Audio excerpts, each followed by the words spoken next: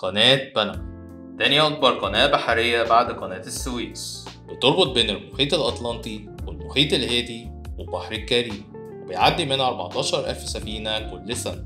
إنها قناة بنما باسم البلد بنما برضه.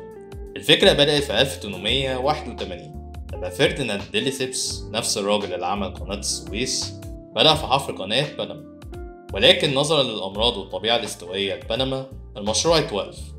وفي 1904 وقعت أمريكا اتفاقية مع بنما اللي استقلت وقتها عن كولومبيا، واللي بتنص فيها إن أمريكا هتعمل قناة بحرية تربط المحيط الهادي بالبحر الكاريبي والمحيط الأطلنطي، وإن أمريكا هتدي جزء من إيرادات القناة لبنما. أكتر من 50,000 عامل حفروا القناة، وبرغم من التحديات تم افتتاح القناة في سنة 1914 مع عبور السفينة الأمريكية إيسيس سانكو، وساعتها أصبحت القناة رمز لبنما زي الأهرامات في مصر.